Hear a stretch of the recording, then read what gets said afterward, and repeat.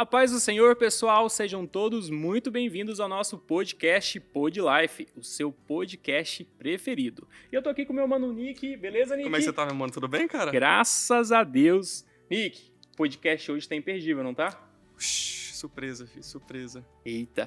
E falando do nosso episódio anterior, o que você tem pra falar pra gente? Cara, gostaria de agradecer a todos que nos acompanhou no nosso primeiro episódio. Foi uma coisa maravilhosa. Deus fez algo sobrenatural. Surpreendeu, né? O pastor contou um pouco da história dele, cara. Fez até a gente chorar aqui um pouco. Exatamente. E gostaria de agradecer vocês por ter curtido, por ter compartilhado, deixado aqueles comentários que fortalecem muito a gente. E continue aí, que Deus abençoe vocês sempre, pessoal. Bacana. E olha só, para você que não assistiu ao primeiro episódio, eu estou disponibilizando aqui no link, tá? Aqui na barra embaixo, para que você possa assistir e ainda digo mais, hein? Possa compartilhar com pelo menos outras 3 pessoas. Então não perde essa oportunidade. O pastor falou sobre chamado, sobre propósito, e eu tenho uma pergunta para te fazer. Você já descobriu o seu chamado? Você já descobriu o seu propósito? Se ainda não, o pastor tem algumas dicas no vídeo anterior, tá bom? Ótimo. Sem mais delongas, roda a vinheta.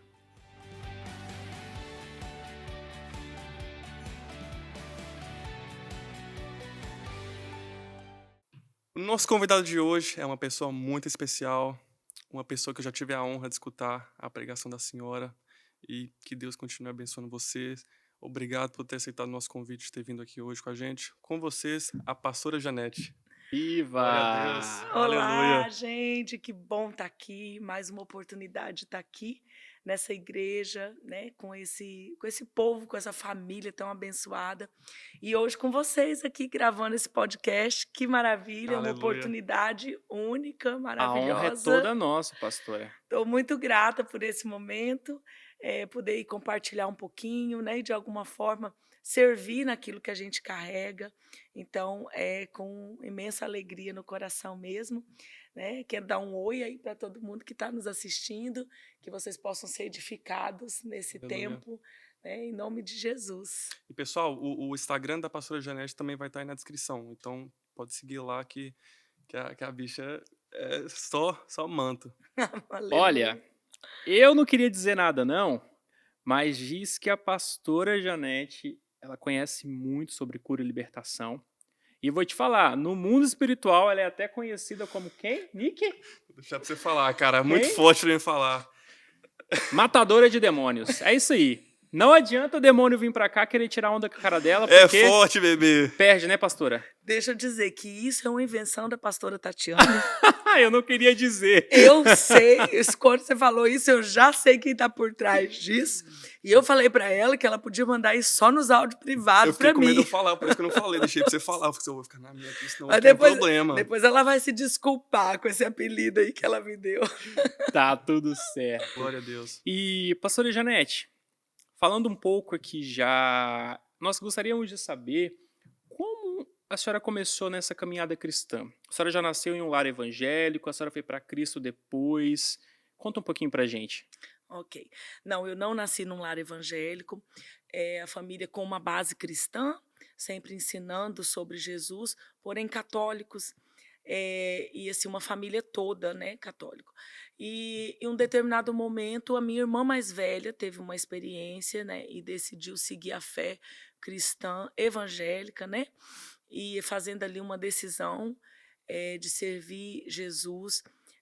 Isso chocou um pouco, né? Ela foi a primeira, né? Tivemos ali algumas situações familiares. E um tempo depois, né, nós tivemos uma experiência com o Senhor.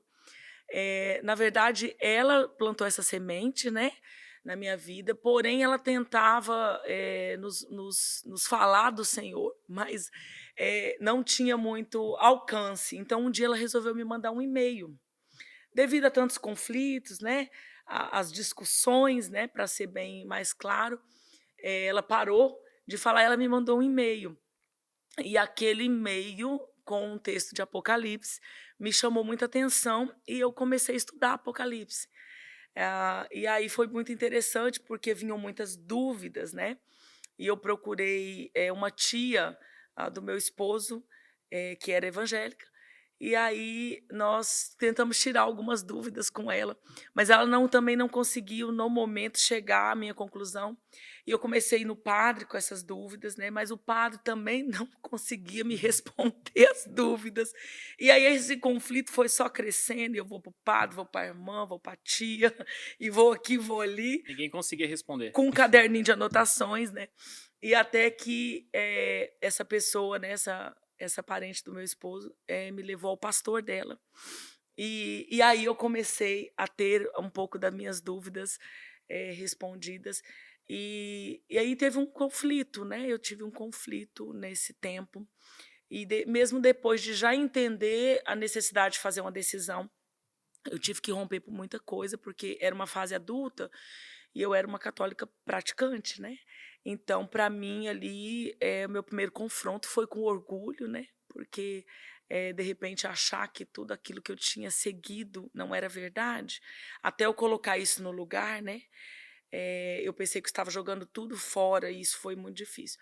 Mas um dia eu tive uma experiência com o Senhor, não teve como eu fugi daquilo, foi no meu quarto, uma visitação do Espírito Santo, e ali eu fiz uma entrega da minha vida, Meu Deus. decidindo por Jesus e começando ali uma nova caminhada. E aí eu procurei uma igreja já depois dessa decisão e ali comecei uma caminhada. Forte, cara. E onde que a senhora mora hoje no Brasil? Hoje eu moro em Campo Grande, é a capital do Mato Grosso do Sul, né? Sou ali do Pantanal Sul Mato Grossense. Que Uau. legal. É ali que nós estamos, né? Desde 2013 em Campo Grande, né? Sou sul-mato-grossense, nascida lá, morava no interior. E em 2013 o Senhor nos conduziu ali para Campo Grande. E, na verdade, é a partir de 2013 que o ministério tomou uma outra proporção, né? Eu já tinha esse chamado lá, já na minha cidade, mas tudo estava assim, como né? Um projeto sendo aquecido, sendo forjado pelo Senhor. E aí, a partir de 2013, eu vim já para Campo Grande com uma palavra. A gente já entendia que era por questão ministerial a nossa mudança, mas só depois de estar ali mesmo que a gente foi vendo o que Deus foi fazendo. Glória a Deus. Bacana. E quando que a senhora identificou esse chamado para atuar nesse ministério qual a senhora atua hoje, que é o de cura e libertação, certo? Ok. Foi assim, o chamado do Livres, eu acho que até o nome, né? Livres para Libertar, eh, deu esse nome, formalizou isso para mim, né, num determinado momento, mas eu entendi que o nome tinha a ver com a forma que eu entendi o chamado de restauração, né? Porque é um processo de restauração onde a cura e a libertação fazem parte. E foi esse entendimento, né, baseado mesmo no nome, na identidade ministerial que nós temos, de ser livre, de experimentar essa liberdade e depois também deixar que o Senhor faça em outras pessoas através de nós, né? Então, ser livre para libertar, a gente entende que não é a gente que liberta, mas a gente sabe que o Senhor, aquilo que Ele fez em nós, Ele nos usa como instrumento para fazer na vida de outros. Então, o chamado começou quando eu entendi que dentro da igreja, com uma experiência de fé genuína, uma paixão por Jesus, eu tive um amor, um primeiro amor muito forte, muito intenso pelo Senhor, né?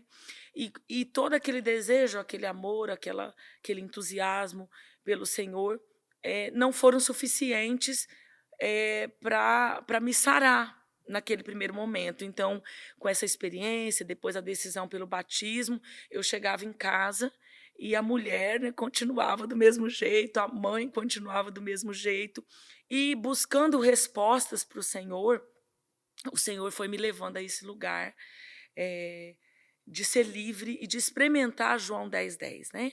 Ele tem uma promessa: eu vim para que tenham vida e a tenham em abundância. Então eu comecei a entender que essa realidade de plenitude estava disponível no mundo espiritual e que Jesus tinha pago um preço por isso. Porém, isso ser feito realidade na nossa vida tinha um caminho. E aí esse caminho começou para a minha vida, a minha transformação, a transformação da minha vida como pessoa, a transformação do meu casamento, a transformação da minha maternidade. E por aí eu estou sendo transformada e eu já entendi que só vai terminar quando o Senhor achar que a medida já deu, Amém. ou eu subo pela morte, ou eu subo pelo arrebatamento, mas esse aperfeiçoamento não vai parar. Então eu estou sendo livre, eu estou sendo curada, Glória a Deus. eu estou sendo restaurada. Amém. Glória a Glória a Deus. Deus. Pastora, eu vi que a senhora faz um seminário muito bacana sobre cura e libertação. E eu acho que muita gente não sabe o significado da cura e da libertação. Você acha que a senhora pode explicar um pouco de por que a pessoa precisa de uma cura, da libertação? Porque talvez eu acho que o passado da pessoa, muita gente deixa de avançar por causa de um passado. Já sofreu um trauma, algo assim. Então eu acho que cada ser humano precisa de uma cura ou libertação, correto? Até porque, pastora, às vezes a pessoa não entende. A cura anda junto com a libertação, elas são separadas, ou quem passa por uma libertação precisa passar por um processo de cura, ou quem passa por um processo de cura também precisa passar por um processo de libertação, porque às vezes isso é uma dúvida que é quase que geral, mas as pessoas ficam um pouco retraídas de perguntar, né? Então esclarece pra gente, vamos esclarecer essas dúvidas agora. Ok. Então, assim, eu gosto de entender cura e libertação como um processo de restauração, né? Eu vou começar por aí. Então, a restauração, todos nós precisamos, porque para vir de volta ao Pai, eu preciso ser restaurado, né? Esse lugar um lugar de morte. Então, na verdade, claro que a gente vai intensificar na questão pessoal, de um trauma, de uma dor, da minha infância, da minha história, mas é muito mais do que isso, porque nós precisamos pensar no ser humano como um ser humano caído. Então, o processo de restauração lida com as questões que vêm desde a queda, né? De um espírito humano que foi atingido pelo pecado de Adão e Eva, e agora destituído, todos nós fomos da glória de Deus.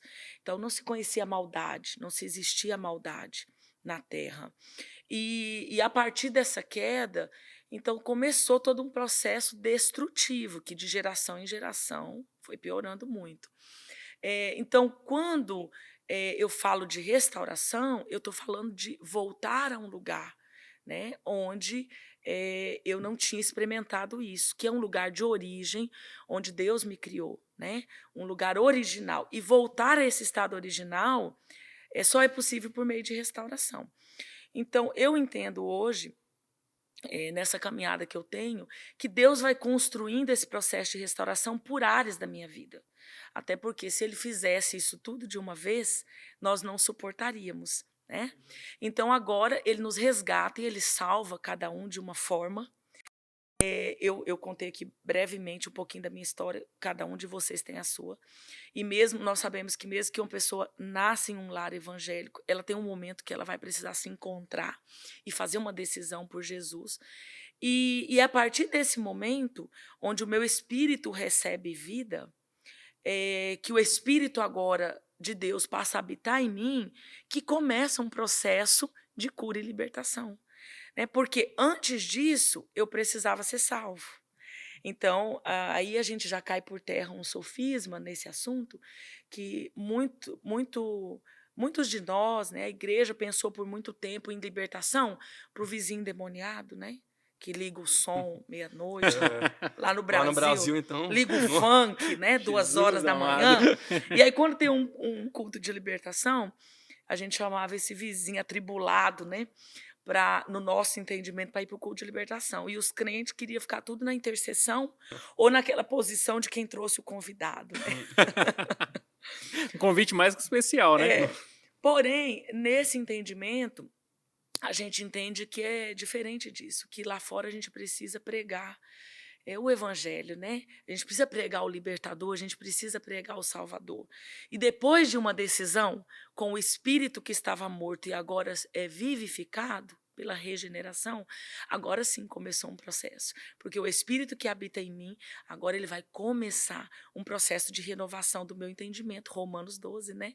E por esse processo de renovar o meu entendimento, eu vou agora alinhando para entrar numa boa, agradável e perfeita vontade de Deus. E aí isso não é feito de outra forma a não ser um processo de cura e libertação. Porque ele vai me curando, ele vai me libertando. Quando você diz o que é um, o que é outro, e a gente às vezes mistura tudo, eu vejo os dois processos dentro da restauração. Por isso eu gosto muito de chamar de processo de restauração. Eu diferencio um pouco a libertação da cura, porque a libertação, ela nos tira de alguns cativeiros, né? De entendimento mesmo, né? E a cura, ela nos trata nas dores, né? Nas feridas. Então a gente diferencia um pouco isso, né? A libertação, ela tem muito esse processo assim, um pouco mais impactante, talvez um pouquinho mais agressivo, de realmente tratar com um entendimento que era preso no pecado, em conceitos, em uma construção que veio para a minha vida, pela minha família, pela minha cultura, pela maneira que eu vivo. E agora o meu entendimento vai ser confrontado e esses cativeiros vão ser removidos, né? E sim, um processo de libertação pode envolver uma expulsão de demônios? Sim, depende do nível de opressão que tudo isso se instalou na minha vida, mas nem sempre tem libertações genuínas e extraordinárias que não tiveram uma expulsão de demônios, né? A libertação é muito mais, sem dúvida, do que a expulsão de demônios. Eu até vejo uma expulsão de demônios como um sinal que acompanha muito o ministério evangelístico, né? Sim. Porque é um sinal que as pessoas precisam crer, elas precisam ver esses sinais, inclusive para gerar um pouco de temor, né? E entregar a vida a Cristo. Por isso, culto evangelístico tem um pouco dessa característica da expulsão de demônios, né?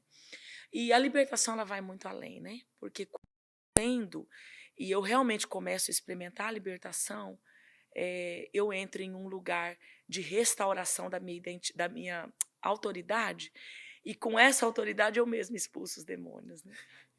Então é muito interessante isso. E é engraçado porque quando a gente fala em cura, muitas pessoas pensam que, eu vou na igreja buscar uma cura, mas às vezes ela vem buscar uma cura física, né? E esse trabalho de cura, ele não é físico.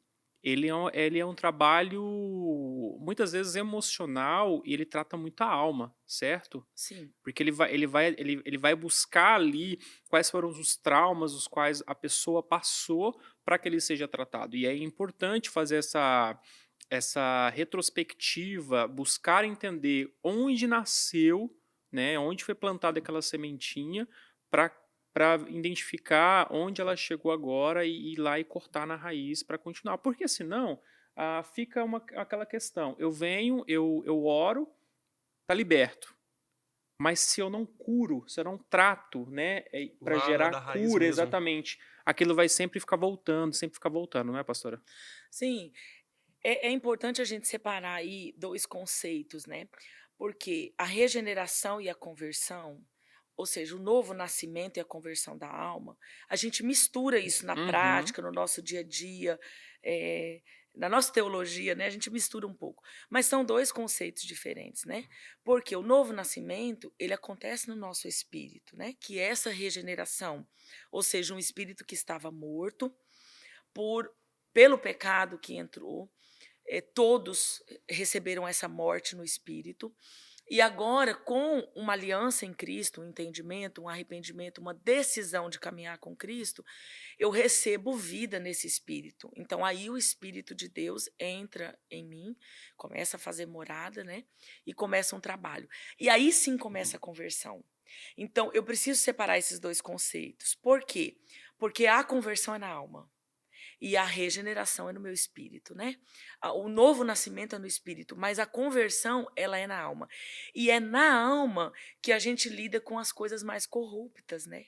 Os sentimentos mais corruptos, a gente lida com a maldade, mas a gente lida também com as dores, que entra no que você está dizendo da cura, a gente lida com os traumas, porque muito do que eu me vejo na fase adulta, então, por exemplo, principalmente para quem teve uma experiência com Cristo já adulto, muito dos meus comportamentos, de como eu me relaciono, de como eu me comporto, está ligado a uma vida, a uma experiência, a um passado, a minha infância, aquilo que me construiu de verdade.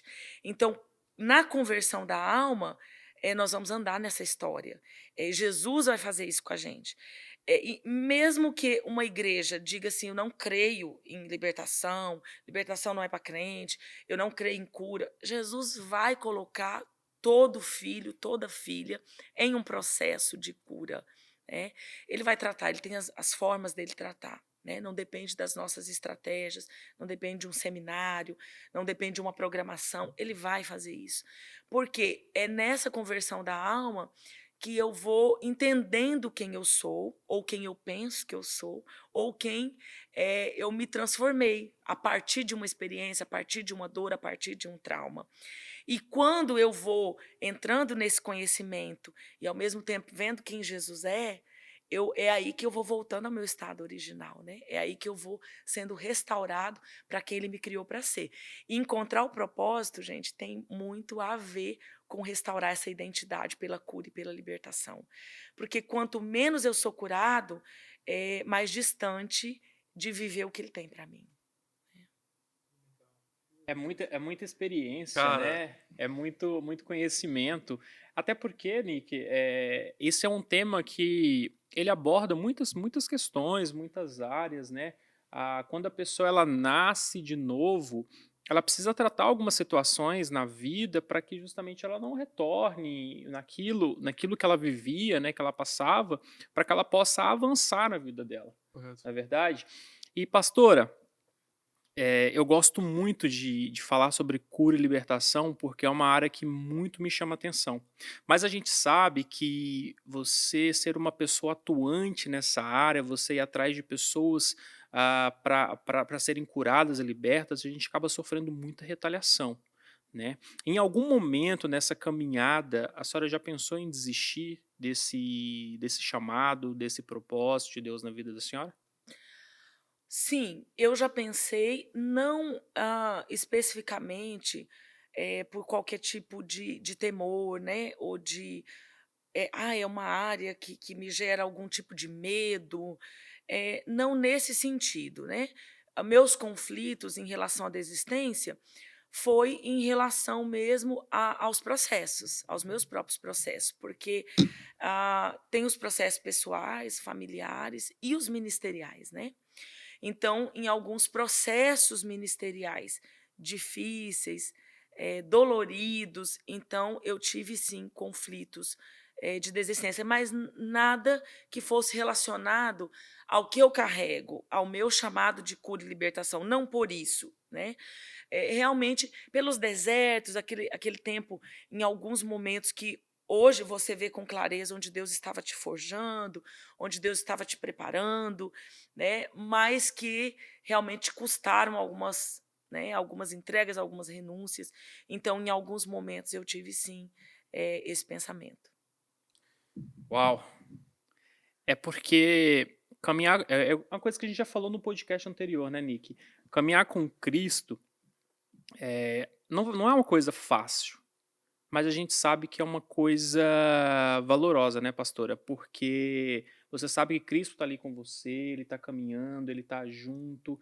E se ele nos coloca diante de algumas situações dessa, também é porque ele vai nos capacitar, né? Com certeza, vai nos honrar, né, Você cara? já passou por alguma situação complicada, Nick, nesse sentido? Cara, já.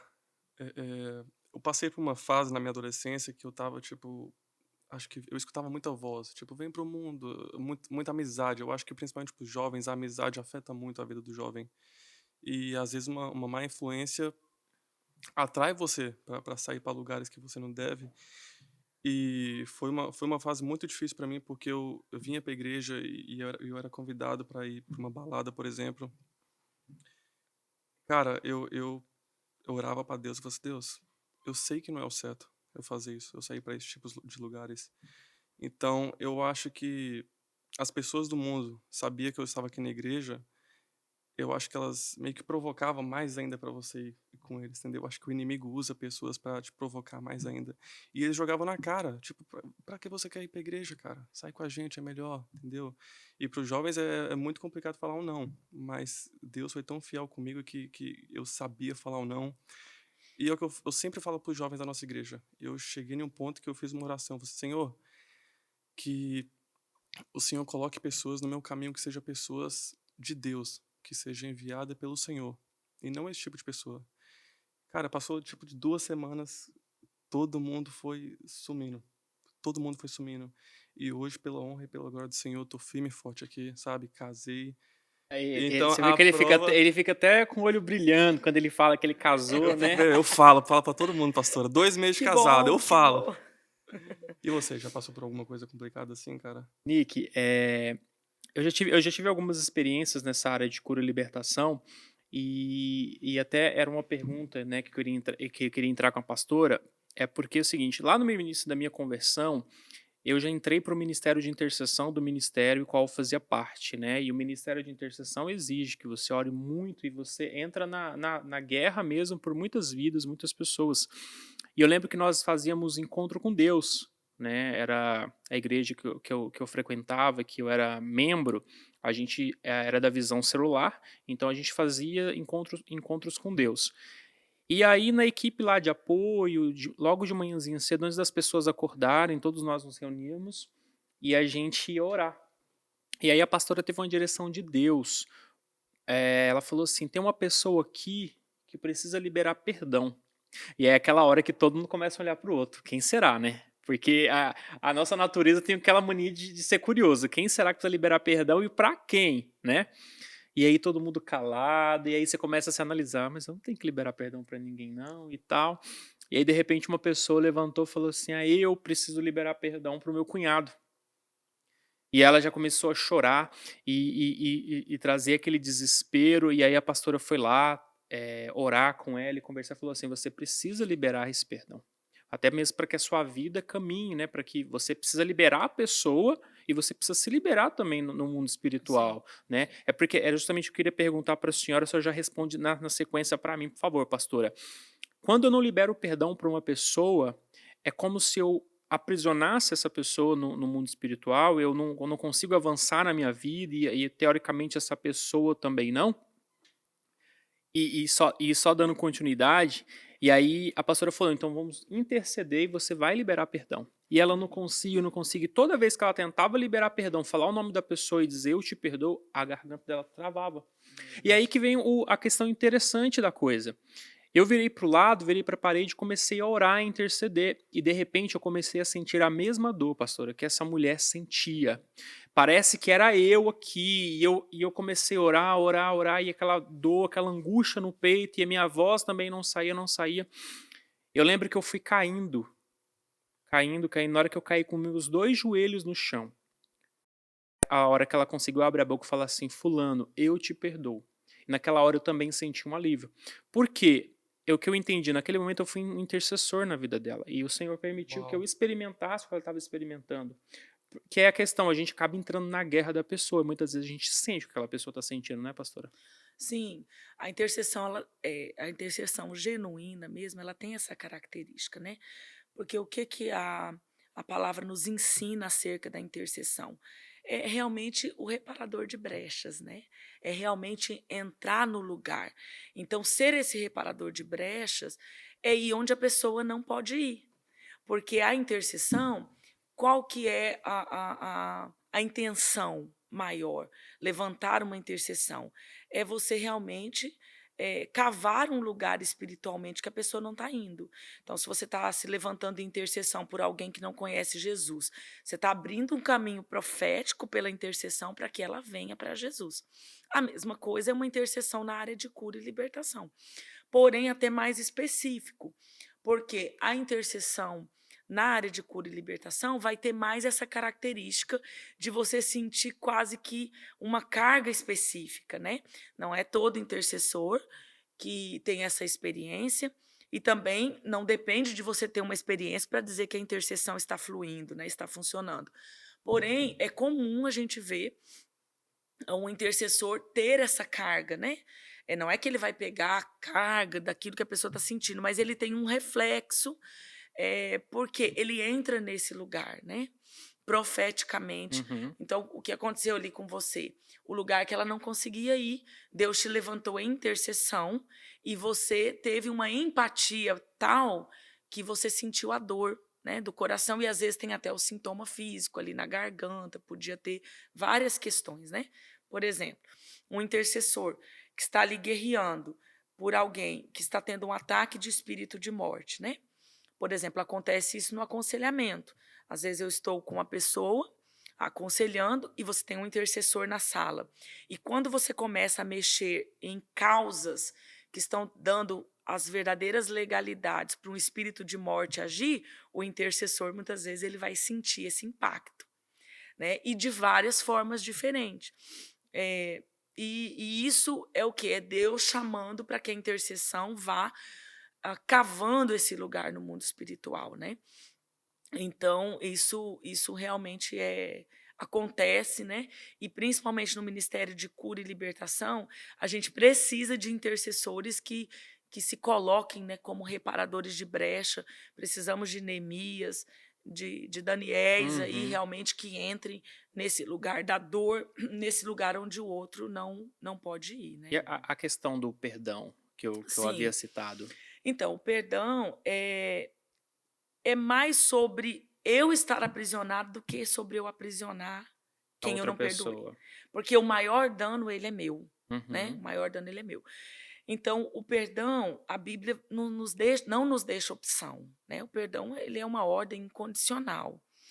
E a gente vai ali ver, né, o texto-chave, né, que todo mundo usa para falar do perdão, ali daquele servo, né, que encontrou o seu conservo e ele tinha recebido um perdão do seu senhor, né? E quando ele encontrou o seu conservo na mesma condição, ele não o perdoou. Ah, e ali a Bíblia vai falar o quê? Que são liberados espíritos atormentadores, né? Traduções mais fiéis vão chamar de verdurgos. E isso são realmente espíritos de tormento que vão aprisionar, até que pague o último centil. Então, enquanto a conta não for paga, realmente ele está no lugar de prisão. E ali está sendo alicerçado pelo ódio, pela mágoa, pela raiz de amargura ou pela dor. Né? Por isso que esse perdão não é liberado. Tem pessoas que não é um ódio, mas é uma dificuldade de vencer a dor para liberar o perdão. Uhum. Mas ele está preso. Então é como carregar morto. Né? O peso que você carrega nas costas daquela pessoa que você não perdoou. Então você é o mais impedido em tudo isso, né? Eu me lembro que bem no início da minha fé, eu estava buscando, como eu disse para vocês, eu vim numa experiência muito apaixonada por Jesus, né? Então, a primeira vez que eu vi alguém falar línguas estranhas, eu não sabia nem o que era biblicamente, mas eu falava, Senhor, eu quero isso aí. O que é esse negócio e tal? E tive lá minha experiência com o Senhor, mas eu falava uma frase. E aí, nessa altura, eu já, tipo, eu via gente cantando em línguas e eu com aquela mesma frase. E aí, para mim, já não era suficiente. Então, Senhor, me renova nisso, me dá outras línguas. E um dia, eu comecei em um grupo de uma igreja, nem era a igreja que eu congregava, mas eu fui naquele grupo de oração. E só eu e Deus estávamos nessa busca, né? Eu com o Senhor, não tinha compartilhado nem com meu esposo. E aí um irmão veio ali, né, com um manto, um mistério, e ele começou a orar por mim. Daqui a pouco ele parou a oração, colocou a mão e disse: Olha, irmã, tá aqui um negócio que você está pedindo para Deus e tá liberado, mas não desce. Não desce, não desce. Ele não sabia Aham. do que era, mas eu estava A senhora sabendo já o que estava que era. ciente.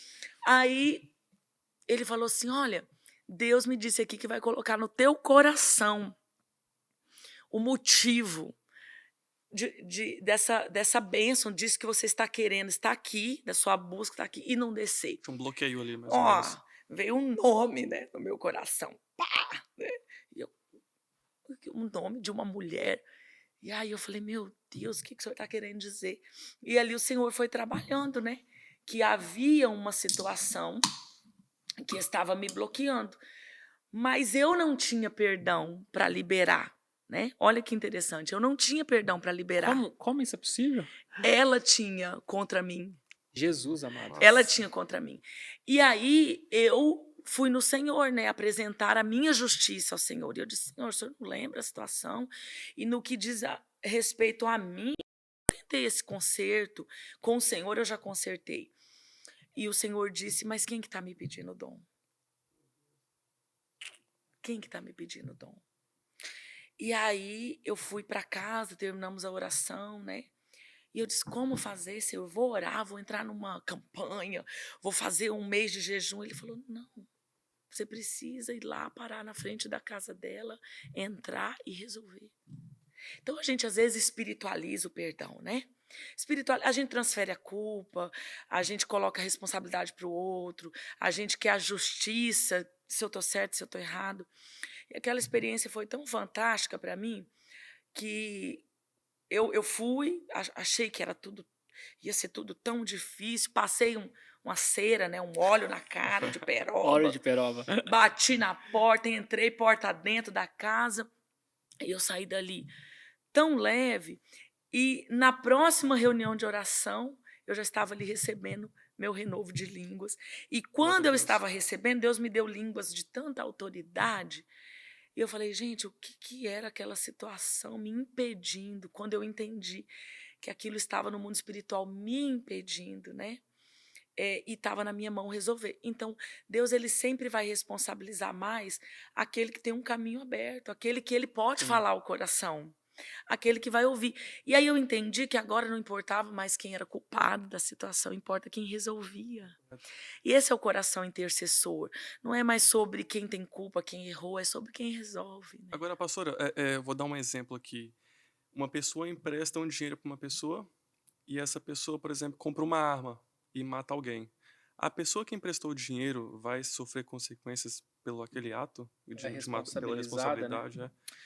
Então, no mundo espiritual, vai muito de quanto eu tenho a consciência, né?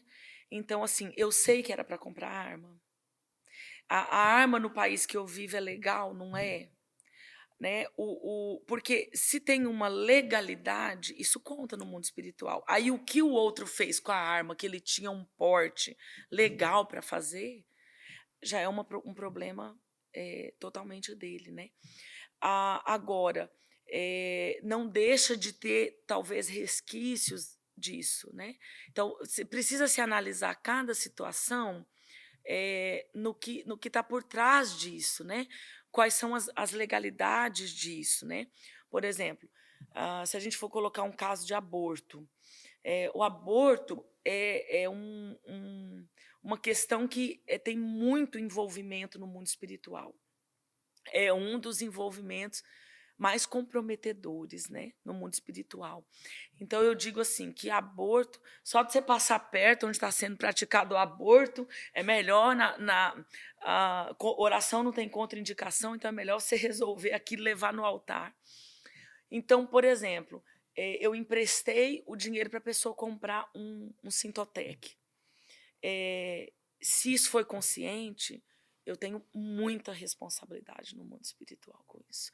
E, com certeza, no meu ponto de vista ministerial, a pessoa vai ter consequências desse espírito de morte, porque o aborto é a versão mais diabólica do contrário ao que Deus fez dando Jesus, né? Porque Deus deu seu filho por amor, ele deu para a morte para salvar. Agora, o aborto é um pai e uma mãe que dá o seu filho para a morte para alimentar o altar de Moloque. Jesus amado. Então, tem um nível de injustiça. Por isso, um país onde o aborto é liberado, nós temos um problema sobre o território, né? Enfim. Que a legalidade está sobre aquele lugar, né?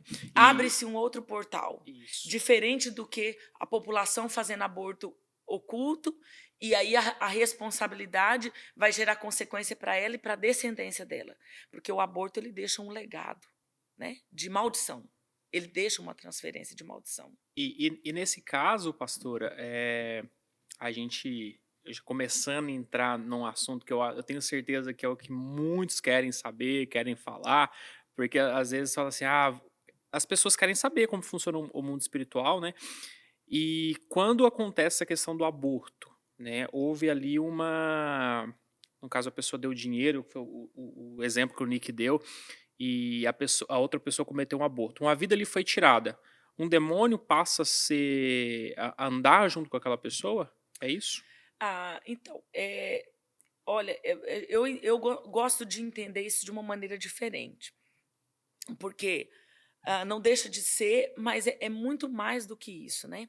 Então, por exemplo, um aborto, ele é um crime, né? Então ele vai ter consequências, e ele abre uma autorização.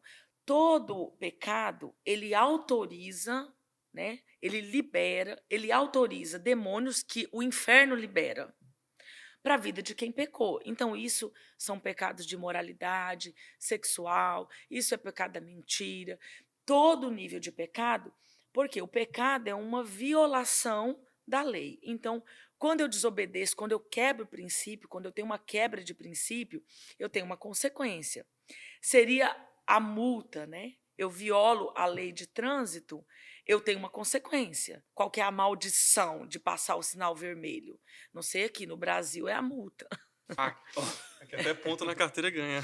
Mas então, Jesus amado, nem me fala de multa, pastora. Nem me fala de nem te multa. falo, então tá bom. Eu gosto de usar esse exemplo que fica muito claro, né?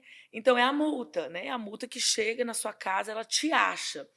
E pensando em maldição como nada mais, nada menos do que consequência do pecado, porque a gente faz, né, a palavra maldição, muita gente corre e diz, mas maldição é consequência do pecado, da violação de um princípio, da quebra de um princípio, da violação da lei. Então, todo pecado, ele vai gerar uma consequência que é o quê? Uma liberação. E aí o demônio, o inferno libera demônios respectivos àquela área. Então, por exemplo, voltando aqui para o aborto. No caso do aborto, o pecado é de morte. Então, o que é liberado? Demônios da área de morte, espíritos de morte, para agir naquela vida. E isso tem várias formas de se manifestar. Tem muitas consequências. Se a gente fosse entrar aqui em consequências do aborto, nós tomaríamos o podcast com esse assunto. Aí tem que participar do seminário, né? Aí tem que participar. Boa, boa. Então tá Então, bom. você que está interessado, fica de olho aí nos nossos seminários e vai lá participar com a gente. Lembra o Instagram da pastora, as informações é sempre postado lá, né, pastora? Sim, as informações são postadas. Nosso Instagram, Janete Oliveira, LPL, de Livres para Libertar. Facebook, Janete Oliveira. E nas redes sociais, então, a gente tem essa divulgação, né? Isso é muito legal, porque com toda essa interação, né, de redes sociais e de mídia, você fica descobrindo onde tem, se o endereço te favorece ou se você pode ir, você vai lá. Ou qual é essa questão do seminário, falando aqui no assunto que nós estamos?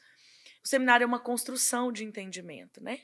O que você não consegue fazer num culto de família, num culto de domingo, o que você não consegue fazer em 40 minutos de pregação. Então, há um começo, meio e fim. Todo seminário tem começo, meio e fim, que a gente vai trabalhando esses assuntos.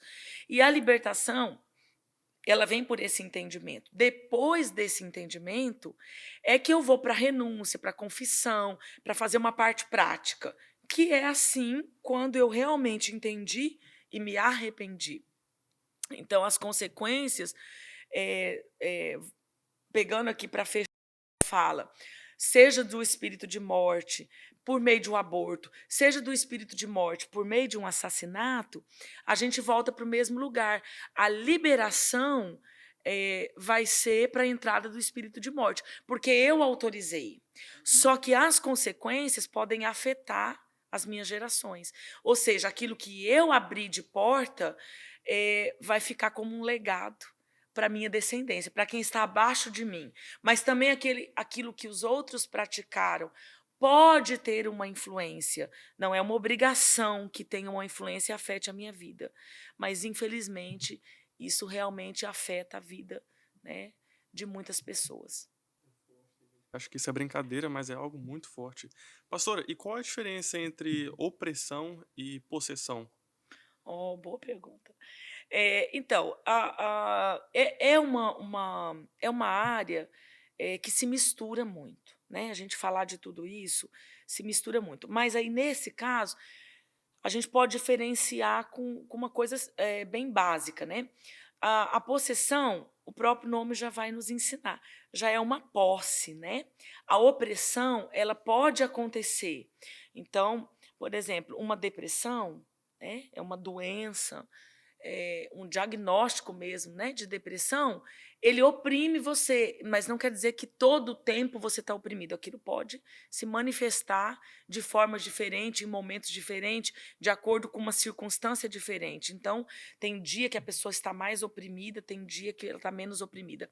Então, a opressão, ela ainda vem de um caminho de fora, forçando uma mentalidade, né? Você citou aqui, no seu exemplo, que você ouviu muitas vozes. Correto. E isso pode ter sido vozes de amigo, vozes de alguém que te levava para aquele caminho, mas também vozes de demônios, né? Vozes dos nossos inimigos espirituais que tentam desviar o seu caminho, falando, pressionando. Então, isso gradativamente vai virando opressão e opressão em níveis diferentes. Então, tem pessoas que estão muito oprimidas de tristeza, e alguns dias ela está mais oprimida do que outro dia, e assim em vários aspectos, né? E já a possessão, não, já é um nível diferente da opressão, por quê? Agora, Satanás já entrou, ele já tem um espaço naquela mente, naquele corpo, e realmente a manipulação pela posse já é muito diferente, né? Então, aí é uma autorização demoníaca, ou seja, níveis de legalidade que foram dados, linhas que foram sendo cruzadas pela própria pessoa no mundo espiritual, que já deu espaço bastante, né, para aquela posse, né, de demônios. Jesus vai falar assim, ó, escolhe o meu jugo, né? Meu jugo. Comigo, o meu fardo, o meu jugo é suave, é leve, tudo tem uma maneira diferente. Quando eu não escolho essa vida com Jesus, que tem um jugo de renúncia, que tem sim algumas escolhas difíceis, mas quando eu não escolho isso, eu automaticamente vou ficar com o jugo do diabo. Então, a possessão seria o quê? Pessoas que cruzaram tantas linhas e estão com um jugo tão forte que já Satanás está ali mesmo, né?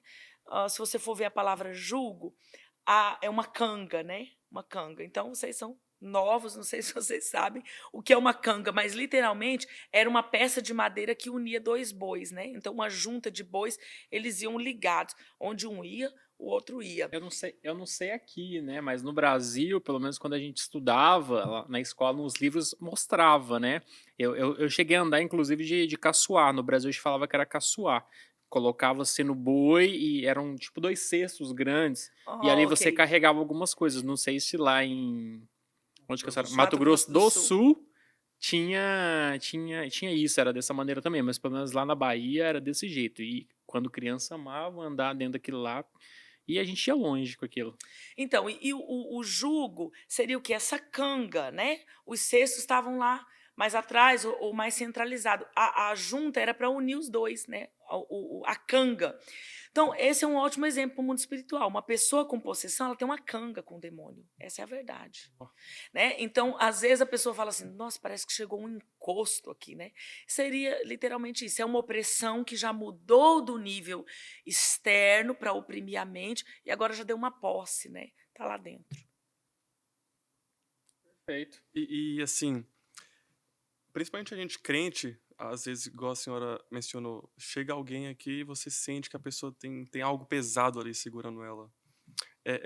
Como a gente pode saber que a pessoa está demoniada? Demoniada mesmo. Identificar. Porque às vezes até no próprio culto, às vezes a pessoa tá ali naquele pula-pula, aquela coisa. Aí às vezes tem pessoa que tá ali, glória a Deus, porque acha que a pessoa ela tá tomada ali no Espírito, né? No Espírito Santo. Mas na verdade é um outro Espírito que tá Correto, porque eu já tive acontecendo ali. experiência. Eu tive experiência de uma mulher estar louvando do meu lado, louvando, e passou coisa de 10 minutos, a mão começou a entortar, que o pastor teve que vir expulsar o demônio dela. Sim. Entendeu? Então, é meio complicado. Gente, então, a resposta não é tão simples, né? Vocês fizeram uma pergunta assim. O que eu poderia dizer? Resumo. Como nós podemos.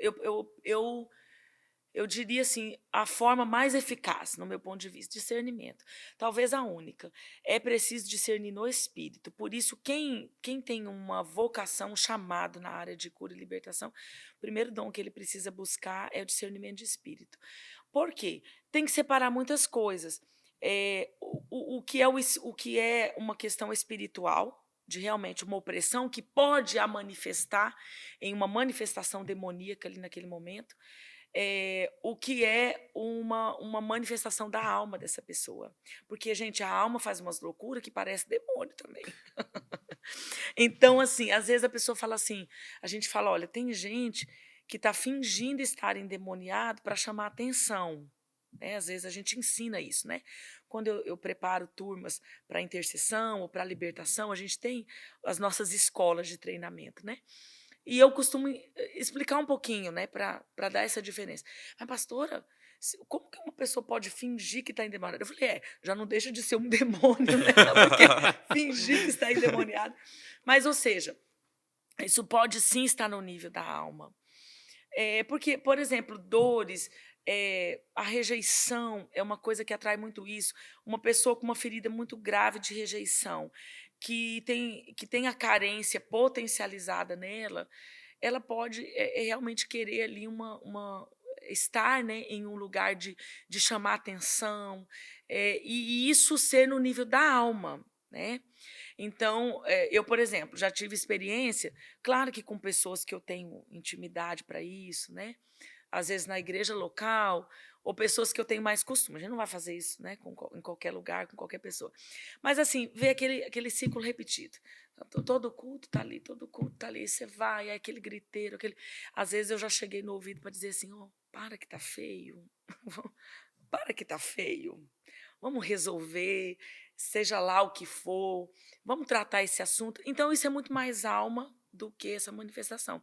Então, por exemplo, às vezes você vai perto de uma pessoa e pelo seu julgamento, né, os seus olhos, você tem certeza que ela está endemoniada. Mas você vai ver, não é. É um grito de dor tão grande que na verdade, ela quer pôr a dor para fora. Né?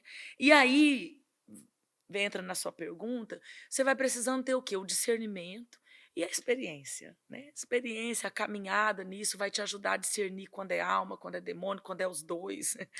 Existe a questão do aspecto físico? Uma pessoa endemoniada, você consegue identificar com algum aspecto físico? Por exemplo, tem pessoas que Sim. dizem que o demônio ele não olha diretamente no olho, que uma forma de você identificar o demônio é prendendo aqui para ver se tá. Sabe quando você morde, parece que os dois dentes de trás ele tá fixo aqui? Então, muita gente diz muita coisa, mas de fato.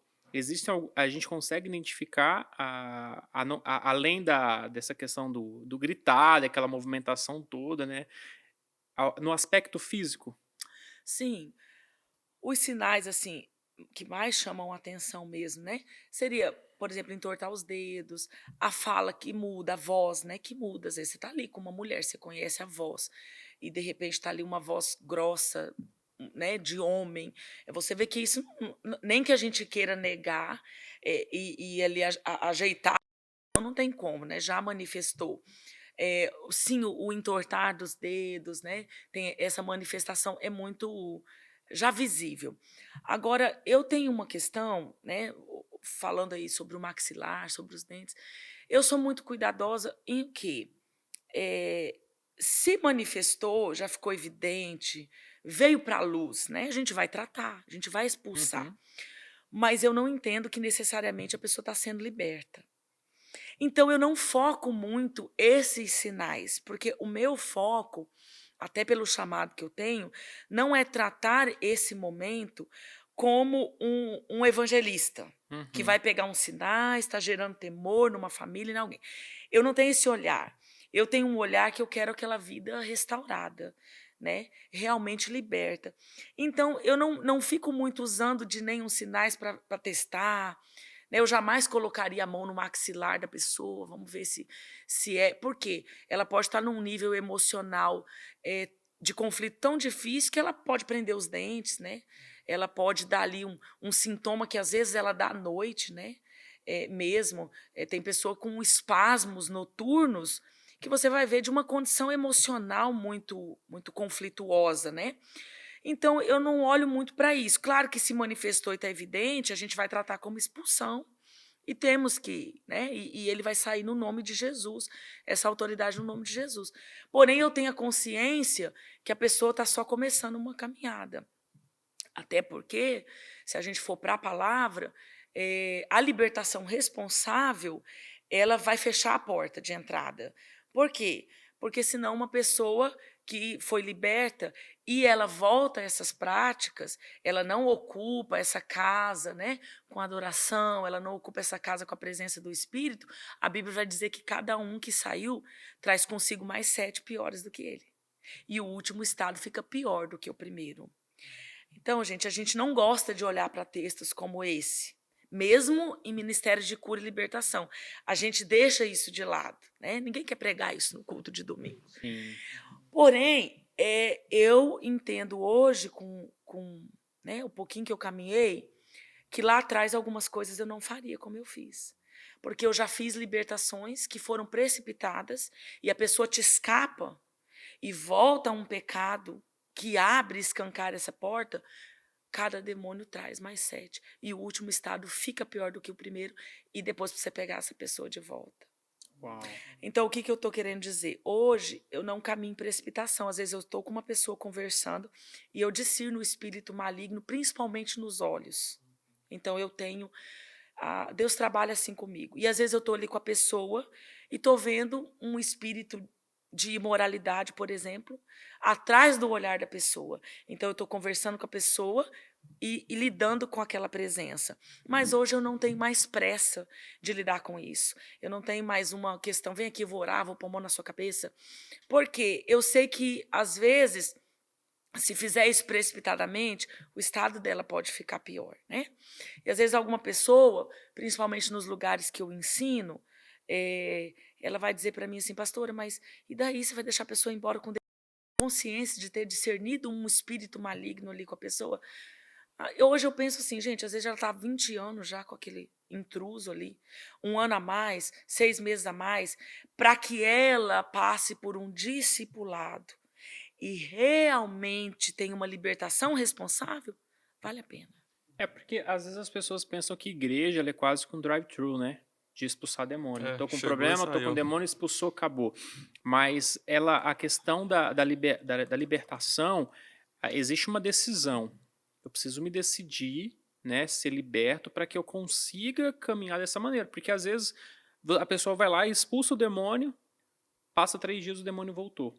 Por quê? Porque a pessoa ela não teve mudança de atitude, ela não se decidiu ir para Cristo, ela não se decidiu mudar o estilo de vida dela, não é, pastora? Sim. Por isso que às vezes volta, fala assim, mas expulsou, então na verdade não expulsou. Sim, expulsou naquele momento, só que se a pessoa ela não decide viver uma nova vida em Cristo e se afastar daquilo que, daquela brecha, o que fazia com que o demônio a aprisionasse, isso vai voltar. Sim. Sempre, todas as vezes, né? Todas as vezes. Uau. Todas as vezes. É por isso que hoje o que eu entendo, essa libertação sólida que nós procuramos, que é realmente o que frutifica, ela está intimamente relacionada com o seu processo com Cristo, com a sua vida de crente, com o seu caminhar, a sua maturidade. Inclusive, se a gente for para João 8, que a gente gosta muito de usar o versículo 32, né? E conhecereis a verdade vos libertará. Só que a gente usa isso totalmente fora do contexto, né? Em 2010, 2009, eu aprendi sobre esse texto, né? Eu tive uma revelação sobre esse texto com alguém que eu ouvi ministrar, 2009, eu acho. Isso mudou minha vida e mudou minha visão nesse aspecto da libertação que nós estamos falando. Por quê? Ali Jesus estava pregando, mas quando o versículo 20 vai dizer que ele estava pregando na sinagoga. E no versículo 30 diz que muitos creram nele. Só que muitos não são todos, né? Muitos não são todos. Então ali a própria Bíblia já nos dá uma seleção. Uma parte daqueles que ele estava pregando creram. Agora, e aos que creram, Ele diz: se vocês permanecerem, serão meus discípulos. Então, ele já não falou para todos, ele falou para os que creram. Uhum. Mas para os que creram, ele vai dar uma segunda etapa: se vocês permanecerem, vocês vão ser meus discípulos. E para aqueles que então passam dessa etapa, é que vão receber esse conhecimento que liberta. Porque aí ele diz: e conhecereis a verdade, e a verdade vos libertará. Então, o nível de verdade que te aprofunda no processo de libertação está condicionado a você permanecer. E ser discípulo, gente, é o quê? É você suportar o processo. Então, qual que é a questão que você se refere às pessoas querem um fast food? Porque a gente, o crente, principalmente a nossa geração, ele quer passar com a cestinha da vitória, com o baldinho da bênção, embora, né? E a hora que o baldinho esvazia, ele vem de novo, Volta. né? E aí, Deus, ele faz milagres. Eu amo milagres, eu gosto de milagres, mas Deus, ele está realmente interessado em processos, né? Então, eu falo para as pessoas, não ficam enjoados de me ver falar sobre processo, porque eu estou pregando sobre qualquer coisa, daqui um pouco o processo entra. Porque eu acredito no processo de restauração, e para isso você precisa permanecer. Eu preciso aprender a amar a palavra de confronto. Eu preciso aprender a ser discipulado. E hoje esse fast food fez com que eu vá para uma igreja, no primeiro conflito relacional que eu não consigo lidar, eu mudo de igreja, eu mudo de igreja, eu mudo de igreja. Então, várias vezes eu faço confronto com pessoas que chegam na minha igreja local e eu, em algum momento, falo para elas: você, pastora, por que eu já passei por tanto? Eu já passei por tantos processos, eu já fui atendido de diferentes formas, e a minha condição emocional, por exemplo, continua a mesma. Eu falo: por que você nunca aprofundou isso? E a questão, para algumas eu falo com discernimento do que o Espírito está me dando na hora, para outras eu falo com o conhecimento de conhecer um pouco da vida dela, isso não muda em nada. Quando Deus trabalhar você, você muda. Quando Deus vai trabalhar você, você foge. Quando Deus vai trabalhar você, você sai. Né? Então, por exemplo, lá na nossa igreja local, meu esposo e eu, nós somos pastores, né, do Ministério de Libertação e de Intercessão. E com isso nós temos uma responsabilidade da condução do culto de quarta, que é nosso culto quarta livre. E eu falo muito quando eu vou ministrar: se você veio para cá corrido de outra igreja, aqui Deus vai te pegar também. Cuidado para você não correr daqui um pouco. Né? Então, assim, suportar o processo é entender que é durante esse processo de ser discípulo que Deus vai te confiar verdades que libertam. Então, assim, nesse entendimento, situações que mais me marcaram na minha vida e na vida de pessoas que eu pude ter o privilégio de fazer parte da história, eu vi Deus confiando verdadeiras pérolas acerca de mim. Porque essa verdade que me liberta não é só a verdade que é a principal da palavra revelada, mas também são verdades acerca de mim, da minha história, que eu vou depender exclusivamente do Espírito me dar aquelas chaves. E as experiências que eu tive que mais me marcaram na minha vida e de ver em pessoas são verdades que o Senhor confiou no tempo de maturidade. No tempo do processo estar maduro para você chegar naquele nível e Deus falar: peraí, agora eu vou tratar seus 5 anos de idade. Peraí, agora eu vou te tratar uma cena que te trancou, que te prendeu, que gerou em você um cativeiro. Mas para isso eu preciso dar essa caminhada consistente para o Senhor. Por quê? Porque senão a gente volta lá em o último estado fica pior do que o primeiro. Então, ele vai confiando à medida que você se faz confiável. Uau. O processo é super importante. Pastor, e voltando um pouco no assunto sobre quando o demônio se manifesta, se você quer, por exemplo, expulsar o demônio rapidamente ali de uma pessoa na hora do culto, qualquer pessoa pode fazer isso ou a pessoa precisa de um treinamento para chegar lá e expulsar um demônio? Olha, qualquer pessoa pode fazer isso. Baseado no que eu te falo isso? Que esta autoridade está no nome de Jesus e o demônio ele vai sair no nome de Jesus. Quando eu digo qualquer pessoa, deixa eu me explicar. Qualquer pessoa que entende a sua autoridade né, em Jesus. Obviamente que tem uma aliança, que entende um pouco disso, até porque quem não entende do mundo espiritual, ou quem tem medo do mundo espiritual, ou quem não tem esse mínimo discernimento de autoridade, ele nem vai expulsar o demônio, ele vai ver o demônio e ele vai sair correndo, Uns têm né? até medo, né? Vai que o demônio revela algo oculto ali. E eu vou fazer um parênteses e vou contar uma coisa interessante da minha vida aqui para vocês. Quando eu me converti, eu morria de medo de demônio. E o demônio manifestava, parece que ele só se manifestava perto de mim. Eu ia naquela conferência enorme, que não era na minha igreja. A pessoa tava do lado.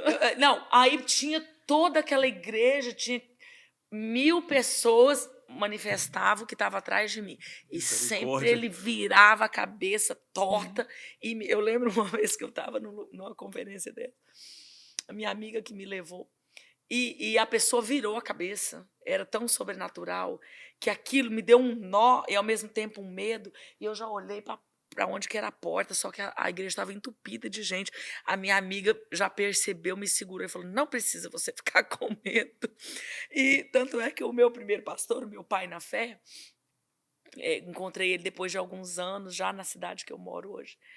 E aí ele dá risada, né? Ele fala, você pastora de libertação. E daí ele ri de mim, né? São esses mesmo que Deus Ele gosta, fala, né? olha o que Jesus faz, né? Então, quando a pessoa tem esse entendimento da sua autoridade, ele pode expulsar, porque esse é um sinal que seguirão os que creem. Então, eu preciso crer no nome, no poder de Jesus e usar essa autoridade. Agora, isso não está dizendo sobre quem eu sou. Não está dizendo sobre quem eu sou. Por quê? Muitos vão chegar diante dele naquele dia e vão dizer, mas em teu nome eu expulsei demônios, em teu nome eu curei, em teu nome eu fiz sinais, eu fiz maravilhas. E ele vai dizer, eu não te conheço. Forte. Eu não te conheço. Então, essa questão, eu entendo assim, mesmo em quem é apaixonado por essa área, eu falo, vai conhecer Jesus e vai se fazer conhecido por ele, porque isso te dá muito mais crédito para um ministério que cresce coerente. Senão você busca só os sinais, só os dons que vão ser necessários nessa área, mas você deixa o que realmente importa, que é uma vida consolidada. Tá respondido, né, Nick? Até demais. Eu já vi, inclusive, a pessoa tentar fazer expulsar um demônio orando em línguas. Mas, assim, no meu entendimento, orar em línguas é você falar a língua dos anjos. Você não vai expulsar um demônio orando em línguas. Então, eu assim, precisaria a gente analisar cada experiência, né? Porque no nosso entendimento, realmente a expulsão de demônios vai ser um comando no mundo espiritual, né? É o que eu penso. É um comando no mundo espiritual para ele sair. Não tenho como medir essa experiência no que diz respeito. Eu entendo a língua dos anjos como algo que me comunica com o Senhor, né? Como algo assim que realmente me faz essa conexão e que me edifica, a não ser que elas sejam interpretadas e vai edificar o coletivo pela interpretação, ou seja, uma mensagem de Deus, né, que vai ser interpretada para que a igreja entenda, né? Agora, a língua que a gente mais vê, né, que mais é usada, é a língua de edificação que nos edifica, né? Agora, se ali tem um mistério de edificação com o Senhor e que o Senhor está mandando uma comunicação, uma unção, eu não posso julgar essa experiência. Mas a gente entende que essa questão mesmo está relacionada a um comando no mundo espiritual, né? É realmente um comando prático, tirando essa autoridade. Ok, tá respondido. Nós recebemos uma pergunta na caixinha de perguntas, até interessante, que eu acho que a senhora até fez a citação, né? A pessoa disse assim, Deus já falou pra mim que eu fui curada, mas eu não sinto nada de diferente. E aí? Ok. Então, a gente precisaria entender um pouquinho melhor se essa cura que ela está se referindo é física, é emocional, né? Eu acredito que não seja física, eu acredito que seja na área emocional. Até porque, pastor, às vezes as pessoas elas acham o seguinte, ao vir na igreja, elas acham que é só vir à igreja, o pastor impor as mãos na cabeça, orar, você está curada. ou você está liberta, né? E na verdade não, entra naquela questão do processo que a senhora falou, a mudança do estilo de vida, a sua busca com Deus. Então, a cura, como que eu posso dizer? Ela é a cada dia, né? É um processo. A mesma coisa uma pessoa que às vezes vive presa num vício. Ela precisa ser trabalhada, ela precisa ser acompanhada para que ela tenha de fato essa libertação. Não é uma coisa que faz qualquer hora, não é tipo um drive-thru mesmo, né? Sim. É, como é que a gente precisa. Vamos responder ela trazendo esse entendimento assim. A cruz ela é suficiente. É totalmente suficiente. O sacrifício de Jesus foi feito uma vez só. Para a eternidade. Ele proveu para o passado, para o presente e para o futuro. Ele proveu para o meu espírito, para a minha alma e para o meu corpo. Então, em Jesus, eu tenho verdadeiramente esse lugar, né, de cura física. Ele levou minhas dores de fato, minhas dores emocionais. Isso é verdade, isso é suficiente. Mas uma coisa é eu ter esse direito, né? Tudo que Jesus conquistou na cruz é direito nosso, é herança nossa, nós gostamos de cantar isso. E outra coisa é eu ver isso apropriado na minha vida, é eu me apropriar disso, é eu ver isso na realidade. Então, ela pode já ter recebido uma palavra, ou ter lido na palavra sobre essa cura, ou ter recebido, ou Deus falou com ela de alguma outra forma que ela foi curada, nessa perspectiva de que no sacrifício de Jesus isso está provido. Mas agora, tomar posse, né? O que o crente pentecostal às vezes gosta de fazer, dando uns pulos e fechando o olho, né? E às vezes apertando a mão, né? Eu tomo posse. Aí já é diferente, porque como é que eu realmente me aproprio do que eu já tenho direito na cruz? É através dos princípios, é através de caminhos de volta, é através de conserto, né? Então, veja bem, a 2 Coríntios vai dizer que ele morreu por todos. Isso é uma verdade. Está provido na cruz, ele morreu por todos. Mas nem todos o receberam. Por quê? Então, está provido ou não está? Ele salvou todos ou não salvou? Ele morreu por todos ou não morreu? Ele morreu por todos. Isso é algo disponível para o homicida, para o estuprador, isso é algo provido para a pessoa que a gente julgar, né, com mais maldade na terra. Porém, para que eu me aproprie da salvação, o texto mesmo vai trazer uma resposta, porque ele diz que ele morreu por todos, para que os que vivem não vivam mais para si, mas vivam para aquele que por ele morreu e ressuscitou. Então, o processo de morte dele, para trazer o benefício da cruz, é acessado pela minha morte. E aí começa a minha caminhada com ele, uma entrega, uma decisão. Então, por que nem todos o receberam? Porque nem todos fizeram essa aliança, nem todos renunciaram para poder ter um arrependimento e começar uma caminhada com ele e aceitar essa aliança. Então, ele morreu, está disponível, mas eu não acessei. Ele diz lá em Isaías 53 que ele levou sobre si minhas dores. E aí entra no caso dela, seja uma dor física ou uma dor emocional. Por que eu ainda estou sentindo? Por que eu ainda sinto isso? Né? Porque ele deixou princípios, a oração é um deles, de acesso à cura.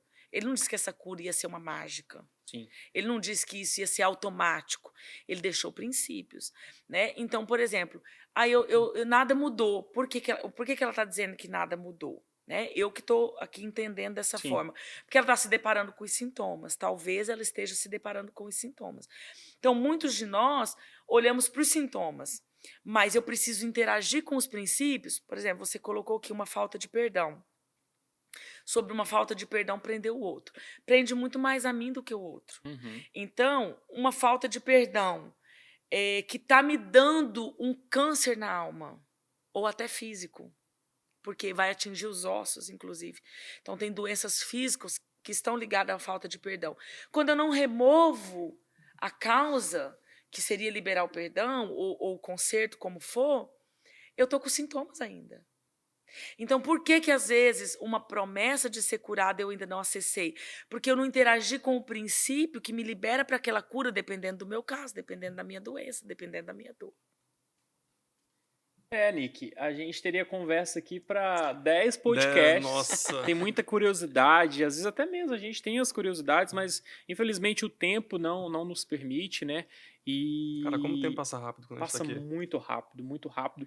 Mas não se preocupe, pastora Janete, não se preocupem, pessoal. A pastora Janete ela vai regressar ao Brasil, mas nós vamos depois fazer um outro podcast para que a gente certeza, dê a parte 2 com a senhora. continuidade conectado virtualmente, né, Nick? Porque tem muitas áreas, a gente poderia ter entrado ainda na área dos vícios, essas prisões, Sim, mas isso demanda um tempo também, né, Ok, pastora, para ser verdade. tratado.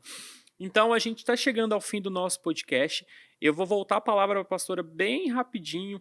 Pastora, porque às vezes tem pessoas que estão nos assistindo que estão presas, sentem que precisam de uma cura, sentem que precisam liberar um perdão e não conseguem. O que a senhora poderia falar para elas nesse momento? Então, fica aqui, né, o meu conselho, a minha dica, a minha orientação. A rendição, ela vai ser uma chave para você que não está conseguindo. Ser sincero e ser verdadeiro, o Senhor ele vai edificar na verdade, né? O Senhor ele vai andar conforme a tua verdade. O Espírito de Deus é um Espírito da verdade. Então, a gente precisa começar a expressando a verdade e dizendo para o Senhor, eu não consigo. Mas quando você diz que não consegue, você está reconhecendo algo que precisa ser feito e que você não consegue. Então, você está admitindo uma questão a ser resolvida e uma impossibilidade, uma incapacidade sua. E isso já é uma chave para a libertação, porque você se rende, você se humilha. E Tiago vai dizer que ele dá graça ao humilde, em contrapartida, ele resiste ao soberbo. Né? Então, para que eu resista ao diabo até que ele fuja de mim, em qualquer área que seja, eu preciso de uma graça. Mas antes disso, Tiago vai dizer que eu preciso me sujeitar a Deus. E essa sujeição é preciso de uma humildade, que o humilde recebe essa graça para se sujeitar. Minha dica começa por aí, se rende. Diz para ele, eu não consigo, mas eu quero. Será que o senhor pode me ajudar? E aí você vai ver a graça do Espírito sobre a sua vida. Glória a Deus. Se você quiser levar a pastora Janete para ministrar o seminário na sua igreja, entre em contato com ela através das redes sociais, que ela vai Sim. verificar a disponibilidade. Enfim, ela está aqui para servir, né, pastora? Sim. Amém. Nick, com você. Pastora, para finalizar, será que a senhora podia fazer uma oração por nós e pelas pessoas que vão estar nos assistindo? Claro, vamos orar. Amém. Oremos. Pai, nós te louvamos, te engrandecemos, adoramos, exaltamos o teu nome, Jesus. A ti toda a honra, toda a glória, todo o nosso louvor. Eu quero te agradecer por essa oportunidade. Senhor, eu quero te agradecer pelos seus filhos, pelo coração entregue, né, aqui a todo esse trabalho. Quero te agradecer por essa casa, por essa igreja, pela vida dos pastores, Senhor, que tem esse coração tão voltado à tua casa. E eu quero apresentar ao Senhor cada irmão, cada irmã que nos assiste, cada um que vai acessar esse podcast. Deus, eu quero colocar aqui as áreas que cada um precisa receber: restauração, cura, libertação, aquilo que o Senhor tem para a vida de cada um. E eu quero, Pai, em nome de Jesus, pedir o teu favor, a tua graça, que a tua graça chegue aos lares, Senhor, onde tiver alguém que precisa aí de uma graça do Senhor para ser livre, seja num vício, numa dor emocional, uma área que esteja preso, imoralidade, qualquer situação que esteja gerando sintomas de dor, de morte. Pai, eu peço, entra nessa casa, entra nesse coração. Deus, que eles sejam convencidos pelo teu Espírito ao processo restaurador, que o Senhor estenda a tua mão a trazer cada um deles para esse lugar de restauração. Pai, em nome de Jesus, essa é a nossa oração, Pai, para que o Senhor visite com essa graça cada lar que nos assiste e o Senhor possa entrar, o Senhor entre de uma maneira sobrenatural nesses corações, em nome de Jesus Cristo, em nome de Jesus nós oramos. Amém. Amém. Pastora, muito obrigado por ter aceitado esse convite. Que Deus continue abençoando a sua vida sempre. Seja sempre bem-vinda. Quando voltar, vai ter a parte 2 com a pastora, tá, pessoal? Amém. Meu mano. Amém. Tamo Obrigado, junto. Nick, por Obrigado mais você, uma cara. dessa. Você que está aí nos assistindo, obrigado pela sua audiência, obrigado pela sua participação e fique ligado no nosso canal, porque na próxima semana tem um novo convidado, uma nova entrevista, uma nova história. Tá bom? Deus abençoe a todos. Aquele abraço. Um abraço e até mais.